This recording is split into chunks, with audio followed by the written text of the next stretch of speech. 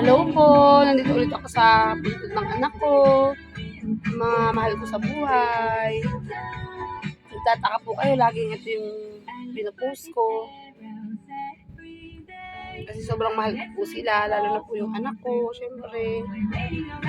Kaya gusto ko hindi mawawaglit yung linggo na hindi ako nadalaw sa anak ko. Nagtataka po kayo, bakit linggo-linggo ako nasa anak ko. Kasi sobrang mahal ko po yung anak ko yan, si Ian. Natural sa batang makulit, pero anak ko kahit makulit, malambing naman po.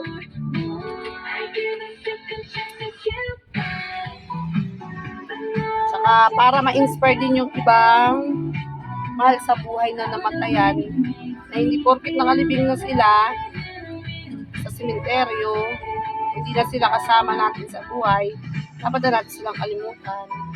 Kawawa naman po sila pagka hindi na dinadalaw kasi nalulungkot din po sila, hindi porket wala na sila sa mundo.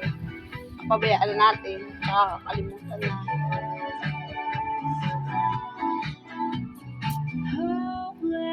Hello! Ang aking heart warrior son, si Ian.